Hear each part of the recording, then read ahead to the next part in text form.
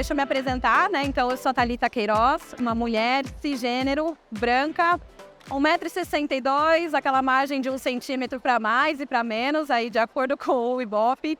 Eu tenho 31 anos, cabelos longos, ondulados e castanhos. Estou aqui com muito orgulho vestida com a camiseta da nossa nova marca. Eu sou formada em psicologia, tenho também MBA em gestão empresarial. Venho construindo a minha jornada na área de pessoas e nesse último ano especificamente com as ações de diversidade, equidade e inclusão, tá? Fico muito feliz por ter cada um de vocês aqui realmente investindo tempo para falar sobre essa temática. O congresso, ele é incrível e essa temática ela precisa realmente ser dita. E não só hoje, como nos outros dias aqui também. Se vocês forem vir nos outros dias, passem aqui na nossa arena, porque a gente continua trazendo essa temática o tempo todo. Eu, particularmente, eu acredito muito no movimento, porque muito se fala de lugar de fala e todo mundo faz parte disso. Mas, principalmente, eu acredito que a gente tem um lugar de consciência e um lugar de ação. Então, todo mundo pode também fazer parte, por mais que muitas vezes não seja o seu lugar de fala ali diretamente, naquele espaço, naquela temática específica, mas todo mundo pode fazer alguma coisa, tá? Além dessa questão desses lugares de fala, de consciência e de ação, esse é um ciclo que ele exige muita humildade e genuidade das pessoas e das empresas. Então, é sempre importante a gente lembrar que o aprendizado, o amadurecimento e a ressignificação de crenças, de valores e de processos, a gente precisa levar para o nosso ecossistema, seja ele a nossa família, seja dentro das nossas empresas e principalmente dependente do tamanho da nossa empresa. Muito se vê organizações de grande porte trazendo essa temática à tona, mas todo mundo cabe para falar e para fazer com que esse movimento ele realmente aconteça e seja uma jornada. Algumas pessoas estão mais maduras nessa jornada, outros estão iniciando, então tem lugar para todo mundo e de muita troca e de muito aprendizado, tá? Eu peço licença aqui para a gente pular um pouquinho daquela etapa inicial de que a gente ainda precisa justificar o porquê diversidade, equidade e inclusão é relevante dentro das empresas. Temos aqui alguns números, principalmente conectado ao consumidor. Então, para além de que diversidade traz lucro para as empresas, ela conecta os consumidores com as nossas marcas. Então, se vocês, como a Plexi, querem cada vez mais se aproximar dos consumidores, tem alguns números, então se precisarem chamar outras pessoas ou comprovar para outra liderança por que ainda é importante, usem essas informações porque elas são extremamente relevantes. E vamos passar realmente para a parte que importa que a gente está aqui para falar. O que é importante? Eu vou presumir que eu estou aqui falando com profissionais de recursos humanos, com líderes que querem expandir um pouco mais o conhecimento em gestão de pessoas, ou até mesmo com quem atua diretamente com diversidade, equidade e inclusão, marca empregadora. E é importante a gente frisar que diversidade, ela sim transforma o negócio. Ela precisa ser um pilar estratégico dentro das empresas, mas ela transforma. E quando você consegue, de fato, criar um ambiente seguro para as pessoas, para que elas possam realmente ser quem elas são, a colaboração ela aumenta, a gente acelera todo o processo de inovação e de criatividade, o engajamento aumenta, consequentemente a gente trabalha a retenção, diminui turnover. Então, para recursos humanos, a diversidade ela é um grande aliado, mas de qualquer forma a temática ela precisa ser transversal em todas as empresas, tá? Em todas as áreas. Mas e aí, qual que é a grande novidade que a gente consegue trazer em relação ao censo de 2022, tá? Primeiro, foi constatado que a nossa população ela não é tão grande assim. Nós tivemos menos 10 milhões de pessoas do que as últimas estimativas. E que a nossa população é mais velha. Desde que o censo foi implementado, essa é a primeira vez que o índice de crescimento ele é o mais baixo de todos. Então, quando a gente traz esse dado, claro que ele tem implicações econômicas, principalmente em relação ao PIB, mas aqui a gente vai focar realmente na diversidade geracional e no fato de que a nossa população está mais velha. Além disso, existe a longevidade, que significa viver mais e viver melhor, tá? Claro, não vou me atentar aqui à questão de distribuição de renda, ao quanto que o nosso país enfrenta diversas dificuldades, mas a gente também precisa olhar para uma população que está vivendo mais e melhor e que, consequentemente, tem uma vida produtiva maior. Então, isso faz com que o pilar de gerações, que em muitas empresas ele nem aparece nas dimensões de diversidade, ou então, quando aparece, não é uma prioridade, ele vai ser realmente necessário de ser trabalhado aí em toda a cadeia de diversidade, equidade e inclusão.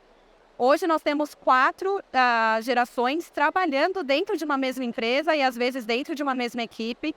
Então, um jovem que está iniciando a carreira com 25 até 25 anos, seja numa função de jovem aprendiz, de estagiário, ou então iniciando aí funções de assistente, analista júnior, ele muitas vezes vai se confrontar com um profissional que está para se aposentar ou que já se aposentou, mas preferiu retornar ao mercado de trabalho por N motivos que aqui a gente não vai entrar em questão. Então, essa diversidade extrema, ela traz diferenças na questão de preferência de carreira, expectativa do que é um reconhecimento, o que não é, formato de trabalho, tudo isso dentro de um mesmo cenário. A gente tem, sim, a maior parcela transitando entre a geração X e a geração Y, mas eu tenho a representatividade de todas as gerações dentro de uma única empresa. E quais são as reflexões que a gente pode trazer diante disso, principalmente para nós, recursos humanos, para líderes, né, e quem trabalha também com diversidade, equidade e inclusão? Para além do etarismo, que quando se trabalha gerações, a gente fala muito daquele estigma de que pessoas mais velhas não têm habilidade tecnológica, ou então que os mais novos não querem trabalhar, não estão nem aí para fazer uma carreira. A gente precisa passar por esse viés do etarismo e realmente a pensar um pouco mais nos nossos processos e na nossa cultura. Então, o quanto que a nossa empresa, ela de fato está preparada para ter essa diversidade geracional em todas as suas camadas, tá?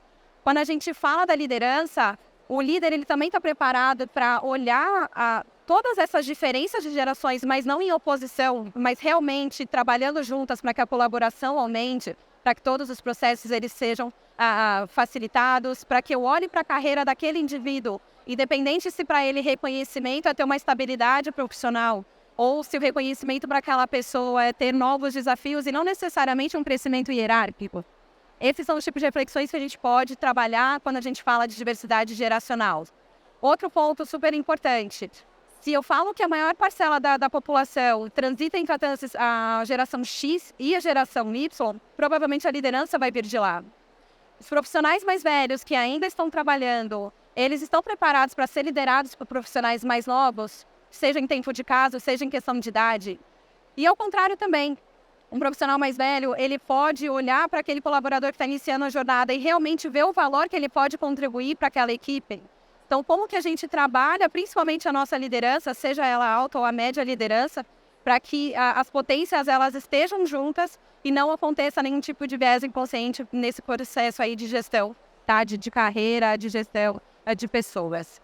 O outro tópico que também é relevante, se a população vive mais e vive melhor, como que eu, empresa, posso facilitar esse processo também?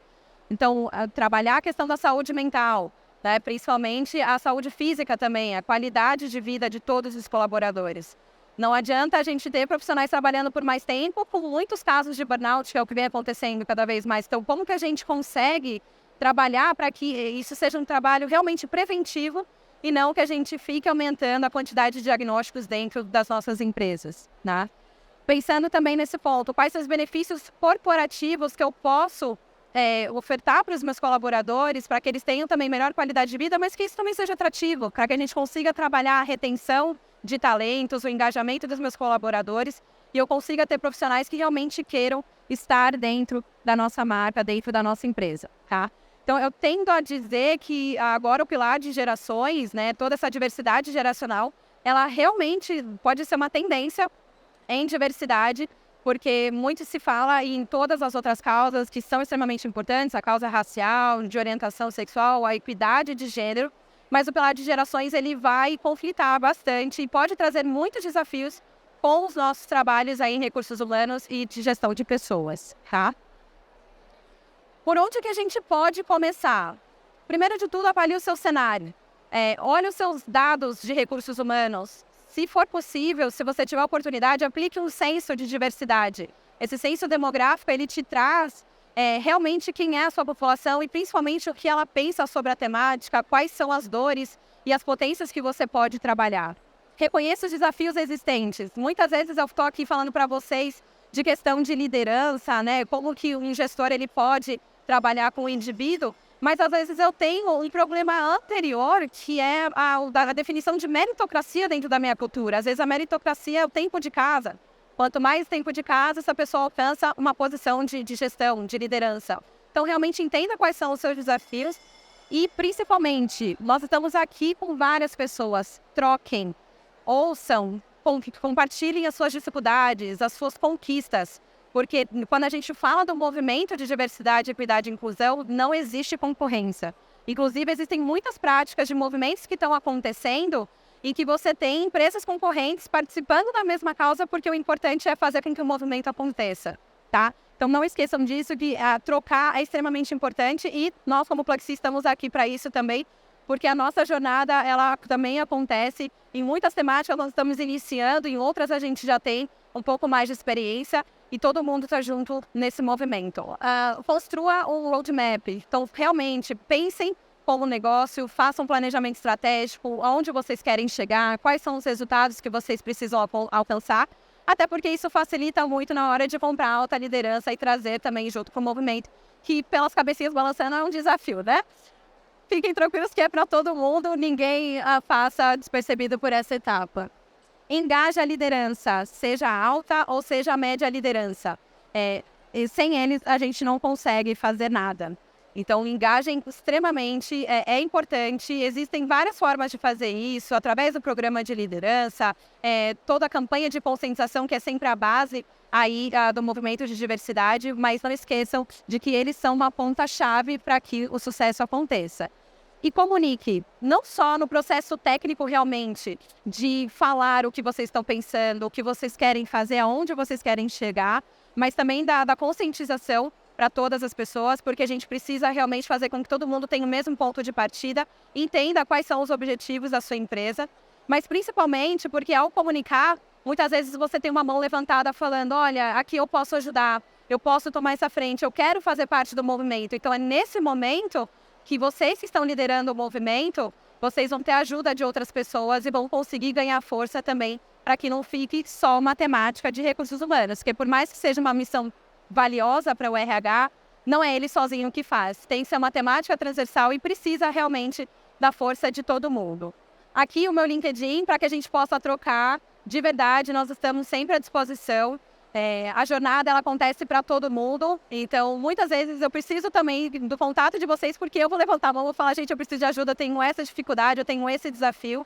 Então, por favor, me adicionem para a gente trocar bastante, se conectem conosco, que essa marca ela vem para fazer esse movimento acontecer, mas a gente precisa que todos venham juntos.